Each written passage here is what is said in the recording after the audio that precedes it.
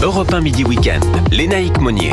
1h-20 sur Europe 1 et nous en venons au dossier de l'A69. Le gouvernement va demander la reprise du chantier et en attendant l'appel, une manifestation des pro-autoroutes vient de s'achever. Objectif que les travaux reprennent et surtout reprennent vite. Bonjour Alexis Bourdon.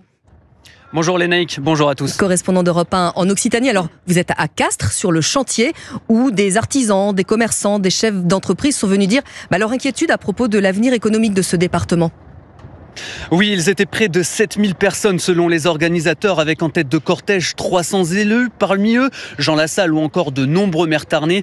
Des membres du club de rugby du Castres Olympique étaient également de la partie, tous ou presque agités des drapeaux sur lesquels on pouvait lire A69, on finit. Un rassemblement qui témoigne de l'attente de tout un territoire selon Guy Bousquet, l'un des organisateurs de la manifestation.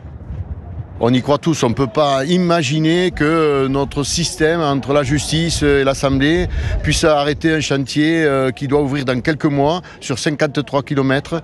On entend tous les jours à la télé qu'on cherche, on fait les fonds de tiroir pour boucler les budgets. Et là, une magistrate appuie sur un bouton, présente une facture aux Français de 2 milliards d'euros, met des milliers d'emplois sur la paille. C'est inacceptable, intolérable. Vous le disiez Lénaïque, le gouvernement s'est positionné en faveur du projet autoroutier. Il va demander un sursis à exécution pour permettre aux travaux de reprendre. Mais pour le moment, aucune date d'un retour des ouvriers sur le chantier n'a été évoquée. Alexis Bourdon en direct de Castres dans le Tarn pour Europe